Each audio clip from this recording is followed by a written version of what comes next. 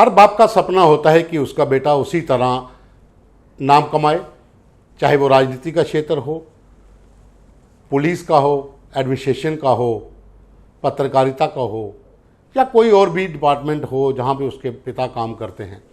हर बाप चाहता है कि उसकी विरासत को कोई आगे लेकर जाए, पर कई बार ज़रूरी भी नहीं होता कि जो औलादें हैं वो उसी फील्ड में आना चाहें, वो अपना अपना अलग रास्ता भी चुन सकती हैं। लेकिन हम आज बात कर रहे हैं राजनीतिक विरासत की।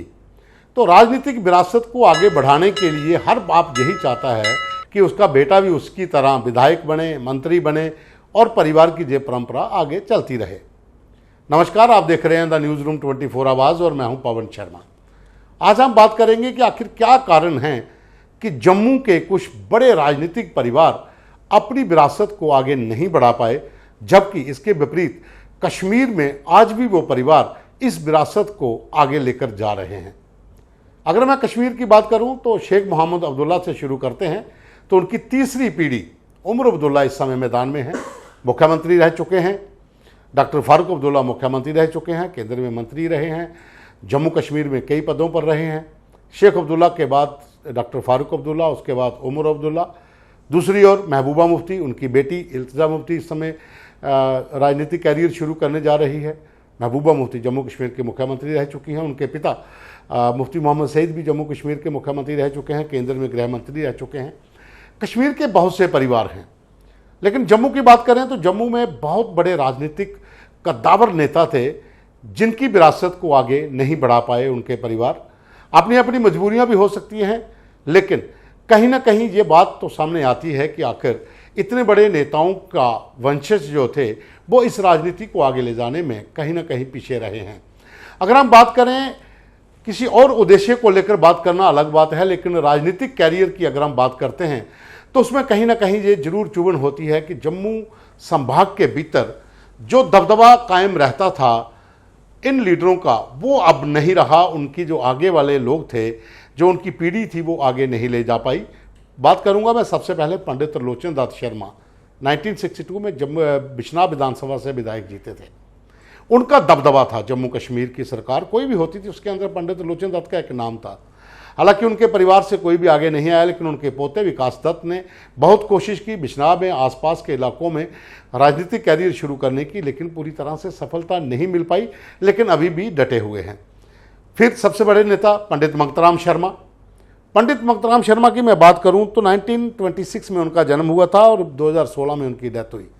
पहली बार वो 1972 में बसोली कठुआ से विधायक बने थे। उसके बाद एमपी रहे, विधायक रहे, मंत्री रहे, डिप्टी सीएम रहे। जम्मू कश्मीर के तमाम बड़े पदों पर जो मंत्री पद हैं वहाँ पर भी वो रहे। उनके दो बेटे राजनीति में आए थे, सुभाष और एक रजनीश। तो दोनों ने बहुत कोशिश की। सुभाष ने कई बार चुनाव लड़ा, अब नहीं है, लेकिन दूसरा बेटा अभी भी इस फील्ड में है, वो भी अभी ट्राई कर रहे हैं। लेकिन जो एक विरासत थी पंडित मंगतराम शर्मा की, उसे कहीं ना कहीं आगे तक नहीं ले जा पाए हैं। अगर हम बात करते हैं दूसरी ओर तो चलते हैं बेलीराम शर्मा, मास्टर बेलीराम, नौशहरा से। एक इतिहास है, एक रिकॉर्ड है कि 6 बार विधायक रहे हैं। उनके बेटे डॉक्टर रमेश विधायक जीते, लेकिन आगे कोशिशें जारी हैं परिवार की ओर से, लेकिन उस तरह की कामयाबी अभी तक नहीं मिल पाई। जम्मू कश्मीर का एक और बड़ा नाम, जिसे जम्मू कश्मीर ही नहीं पूरे देश में विदेश में सब जानते हैं, राजघराना परिवार, डॉक्टर करण सिंह। डॉक्टर करण सिंह एक विद्वान हैं और उनकी अपनी एक पहचान है। पूरी दुनिया में इस राज परिवार का डंका बजता था। डॉक्टर करण सिंह राजनीति में सक्रिय रहे, अभी भी हैं। उनके दो बेटे अजात शत्रु सिंह नेशनल कॉन्फ्रेंस में विधायक जीते थे, मंत्री रहे। दूसरे बेटे विक्रमादित्य सिंह पीडीपी में भी गए, कांग्रेस में भी गए। डॉक्टर जो अजात शत्रु हैं वो भाजपा में भी आए, लेकिन वो सफलता नहीं मिल पाई जितनी मिलनी पाई चाहिए थी। अभी वो अगर कहा जाए तो राजनीति में तो हैं, लेकिन उस तरह से वो कामयाबी नहीं मिल पा रही है।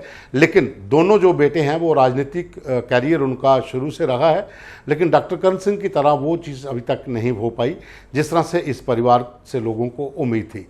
इसके साथ मैं कश्मीर की तरफ फिर आपको लेके चलता हूं। तो वहाँ पर अगर हम बात कर रहे हैं तो नेशनल कॉन्फ्रेंस के बड़े एक नाम हैं जो अली मोहम्मद सागर, उनके बेटे जो हैं सलमान सागर, वो भी इस समय फील्ड में हैं।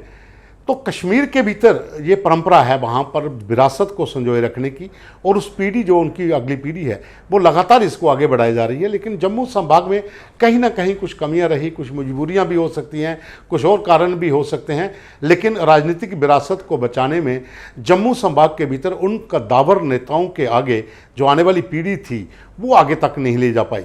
जम्मू में एक और बड़े नेता जनक राज गुप्ता, जो कांग्रेस के एक कद्दावर नेता थे, एमपी रहे, विधायक रहे, बिश्नाथ से आरसपुरा में इलेक्शन लड़ी, उनका भी नाम बहुत था कांग्रेस के भीतर, लेकिन उनकी भी पीढ़ी आगे इस विरासत को लेके नहीं जा पाई। तो कहने का मतलब यह है कि जम्मू कश्मीर में बहुत से ऐसे परिवार जो राजनीतिक, जिनका दबदबा था, जो कद्दावर नेता थे, जिनका नाम चलता था राजनीति में, खास करके जम्मू संभाग के, उनकी जो आगे पीढ़ी थी वो किन्हीं कारणों से इस विरासत को आगे नहीं ले जा पाई। लेकिन इसके विपरीत हम बात करें कश्मीर में या चनाब वैली में, बहुत से ऐसे लीडर हैं जिनके आगे संतानें जो हैं वो लगातार इस चीज़ को लेके चल रही हैं। हालांकि ये बात अलग है कि गुलाम नबी आज़ाद जो इस समय एक नई पार्टी के प्रधान हैं, कांग्रेस को छोड़कर उन्होंने अपनी पार्टी बनाई थी, उनके बेटे भी राजनीति में नहीं हैं, वो भी इस और शुरुआत की थी लेकिन वो आगे नहीं आ पाए क्योंकि खुद गुलाम नबी आज़ाद ने कांग्रेस से किनारा किया और नई पार्टी का गठन किया था। दूसरी ओर बात करते हैं तो जम्मू संभाग के भीतर भारतीय जनता पार्टी, कांग्रेस के भीतर बहुत से ऐसे बड़े नेता थे जिनकी आने वाली जो पीढ़ियाँ हैं वो आगे ट्राई तो कर रही हैं, लेकिन उस तरह की सफलता अभी तक किसी को भी नहीं मिल पाई है। जम्मू की अगर बात करें तो दो और बड़े नाम हैं। प्रोफेसर चमनलाल गुप्ता विधायक रहे, केंद्र में मंत्री रहे, भारतीय जनता पार्टी के कद्दावर नेता के रूप में जाने जाते थे, उनकी एक अपनी छवि थी और उनका दबदबा केंद्र तक भी था।